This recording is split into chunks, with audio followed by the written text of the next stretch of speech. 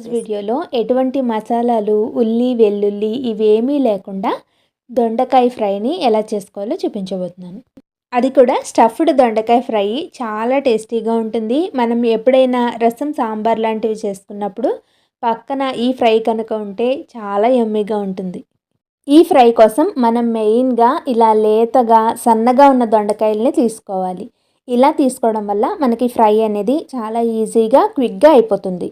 నేను ఇక్కడ 1/2 కిలో వరకు దొండకాయలను తీసుకున్నాను. వాటిని బాగా కడుక్కుని ఎడ్జెస్ని కట్ చేసుకున్నాక వీడియోలో చూపిస్తున్నట్టుగా మనం స్టఫ్ చేయడానికి వీలుగా కట్ చేసుకోవాలి.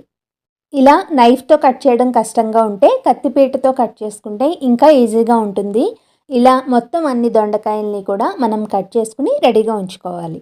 నెక్స్ట్ మనం స్టఫ్ చేసుకోవడానికి కావాల్సిన కారాన్ని ప్రిపేర్ చేసుకుందాము. దీనికోసం మిక్సీ జార్లోకి మనం తినే కారానికి తగినట్లుగా ఎండుమిర్చిని వేసుకోవాలి.